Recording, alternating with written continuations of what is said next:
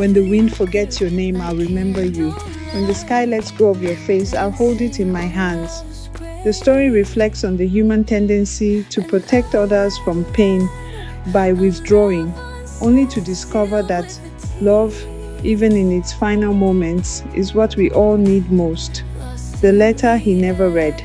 The scent of old paper filled the quiet bookstore, dusty, real, and a little musty from the cracked ceiling fan spinning above. It wasn't fancy, nothing ever was in that part of Lagos. The shelves leaned like old men with stories, and the cash register clicked louder than it should. David stood in the back corner, holding a worn paperback. The night sky whispers. He remembered the title, because Lara had always pushed it into people's hands with a knowing smile. She once said, "This book reminds me of silence when someone you love leaves." She was gone now 11 months, 2 weeks, and 4 days. He still counted. His fingers flipped through the yellowing pages. That's when something fell out and floated gently to the floor. A folded sheet of paper. His name was scribbled on the front in the only handwriting that had ever made him feel safe. David. The noise around him faded. Traffic outside, the buzzing fan, a girl laughing at the counter. All gone. His hands shook as he picked it up. The fold was soft, but it had been creased too many times. He opened it slowly. "My dearest David, if you're reading this, then maybe I found the courage to let you see me, even if it's after I've gone. I thought about telling you in person 100 times, but each time I looked at you, I couldn't, because I knew you'd stay, and I didn't want that. David, I've been sick. It started with the fatigue. Then I fainted one day at work. They ran tests. I didn't tell you because I wasn't sure what it meant. I still don't know everything. The doctors talk like something serious might be wrong, but I haven't let them say the words out loud yet. I didn't want to drag you into the mess of hospital visits, of blood results, of watching me lose weight and strength and the parts of myself I loved when I was with you. So I lied. I told you I didn't love you anymore. I told you I met someone else. I said it with a straight face and a heart breaking quietly inside me." David stared at the paper. His breathing slowed. The words trembled in his hands. She didn't leave because she stopped loving him. She left to protect him. He sat on the floor, back against the shelf. People passed him by. He didn't move. "Do you remember that Saturday you burned the jollof rice? I laughed so hard, I choked on the smoke. You tried to impress me with a candlelit dinner in your tiny apartment, and we ended up eating bread and sardines while watching bad Nollywood movies. That was one of the best nights of my life. You gave me joy in little ways. You made hard days feel like something I could walk through." His chest felt like someone had punched him from the inside. That day she left, she hadn't cried. She didn't even blink. Now he knew why. She had already cried the night before. "You were building a future with me, David. You started looking at houses online. You wanted to take me to meet your mother in Abeokuta. I couldn't watch you pour your dreams into someone who was breaking inside. I had to walk away before you saw the cracks.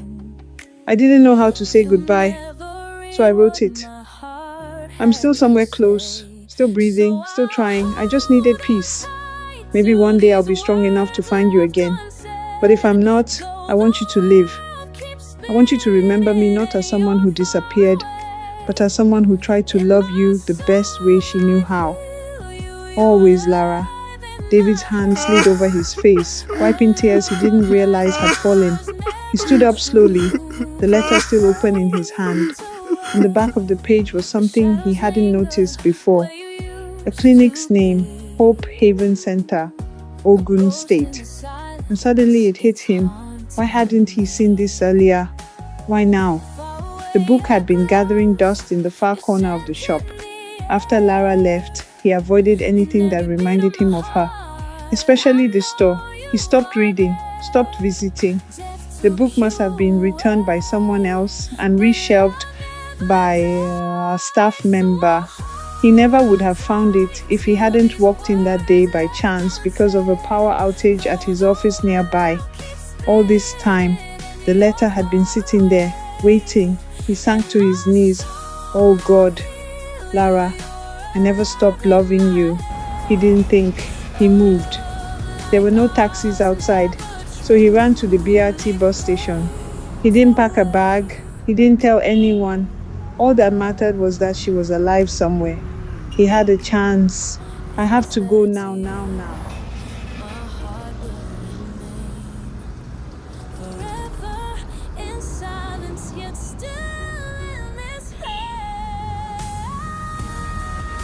The bus ride out of Lagos felt endless. David sat by the window, gripping the letter in his hand, reading it over and over until he knew every word by heart. The traffic, the hawkers tapping on the glass, the smell of roasted corn and diesel, it all faded behind the pounding in his chest. He had nothing but a name, Hope Haven Center, and a words. Ogun State was big. He hadn't even been sure the clinic still existed. When he arrived in Abeokuta, he asked around. No one seemed to know. Finally, an old keke driver nodded slowly. You mean that place outside town is still there? Small place, not be big hospital. Now for people wey no fit afford general hospital, them they treat there. David didn't waste a second. He climbed in. The sun was low in the sky when they arrived. The compound was quiet, peeling paint, dusty windows, a rusted gate swinging open. There was no receptionist, just a matron seated under a mango tree flipping through patient cards. Good afternoon, David said, breathless. Please, I'm looking for someone. Her name is Lara Eze. She may have been here months ago. The matron squinted. Tall girl? Fine? Quiet? Yes, that's her. She nodded slowly. She stayed for some time, didn't talk much, always looking at the window, said she liked the sound of goats in the distance. We all liked her. David's voice broke. Is she still here? The woman looked down at the patient's cards. She left, but not far. She's in the village down the road. A teacher gave her a room behind the school. She didn't want to be in the hospital anymore. David started to run. She was alive. What he didn't know was, in that little room behind the village school, Lara had waited for months. She watched every knock on the teacher's door with quiet hope. She thought every motorcycle that passed might be him. Every evening, she sat by the tiny window, wondering if he ever got the letter, wondering if he ever loved her at all. Eventually, she stopped waiting at the door, but she never stopped hoping. David's sandals kicked up red dust as he sprinted through the narrow, winding path from the clinic to the heart of the village. Sweat dripped down his face, but he didn't stop, not even to catch his breath. His thoughts raced faster than his feet. She was alive, behind the school. That's what the matron said. He scanned the crumbling cement blocks until he found it. A single-story building with faded paint and broken window panes. A bell hung crooked at the entrance. The school was closed for the weekend and the compound was quiet except for the distant rustle of palm trees in the breeze. He rounded the back of the building and stopped. There it was, a small shack of a room, patched with zinc and plywood. A narrow door held closed by a piece of cloth hanging like a curtain. He took a step forward, then another. His hand reached for the curtain. He paused. Inside, Lara sat on a wooden chair by the window, her back facing the door, thin, frail, her shoulders hunched inward like someone who had folded herself too many times and forgotten how to unfold. A scarf wrapped around her head, her hair now gone. Her hands were still resting on a book she wasn't reading. Lara, David whispered. She turned slowly. For a heartbeat, neither of them moved. Her lips parted, eyes wide with disbelief. David? Her voice was thin, disoriented. David, you came? I came, he said, choking on the words. She tried to stand but stumbled. He rushed forward and caught her before she hit the floor. She was light, too light, bones and memory. He held her against his chest and she didn't speak, just clung to him like someone waking up from a long, hard dream. You didn't come, she whispered after a moment, her voice breaking. I waited. I waited so long, I thought you didn't love me anymore. David pulled back, eyes swimming. Lara, I never got the letter. I only found it last week.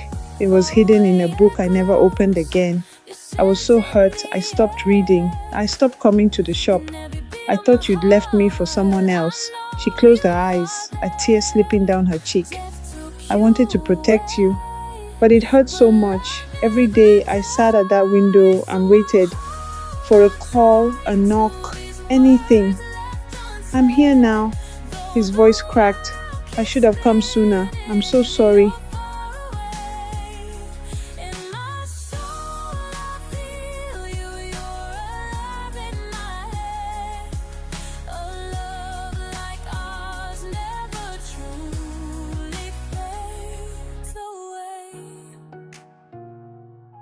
She reached up and touched his face, her fingers trembling.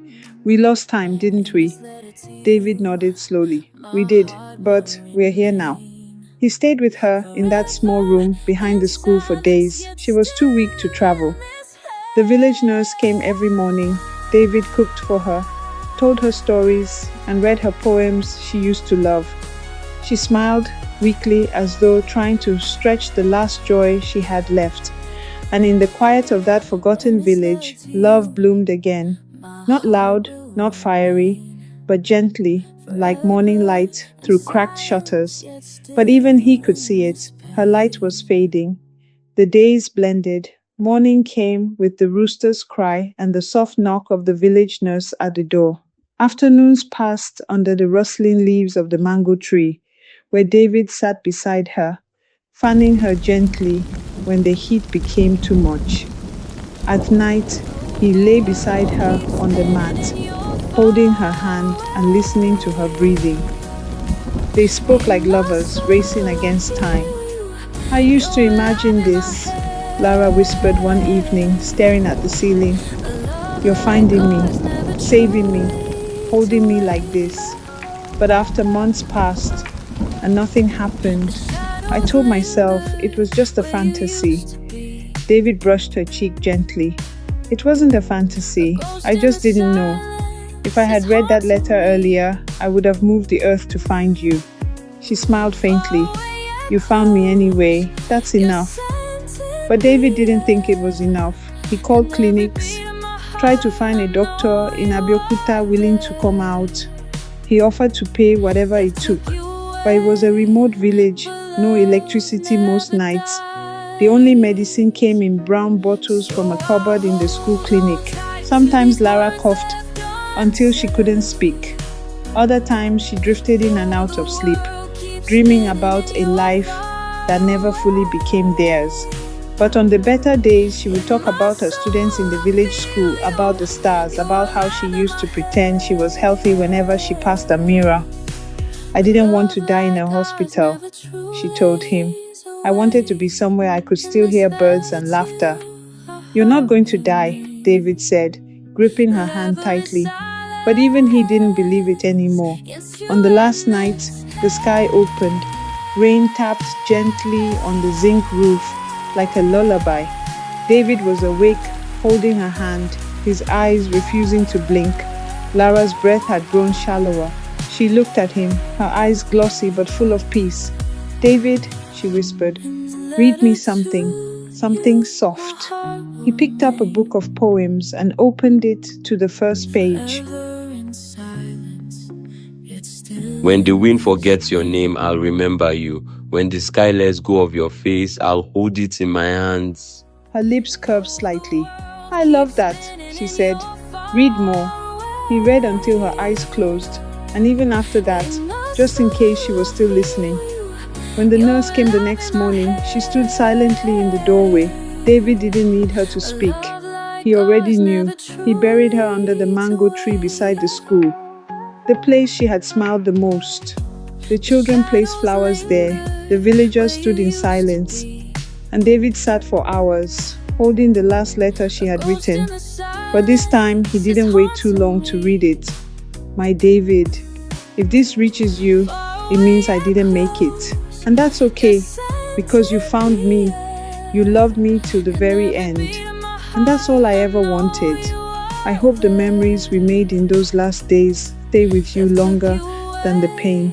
I hope the way I loved you, quietly, fully, completely, becomes something you carry, not something you bury. Live well, love again, and when you do, tell her about me. Tell her I would have liked her. Always yours, Lara. David left the village a different man, not healed, but not broken either. He carried her smile in his heart and her name in the wind. And every time he passed a bookshop, he stepped inside, picked up a novel, and turned the pages slowly, just in case someone else left behind a letter worth reading. Thanks for watching.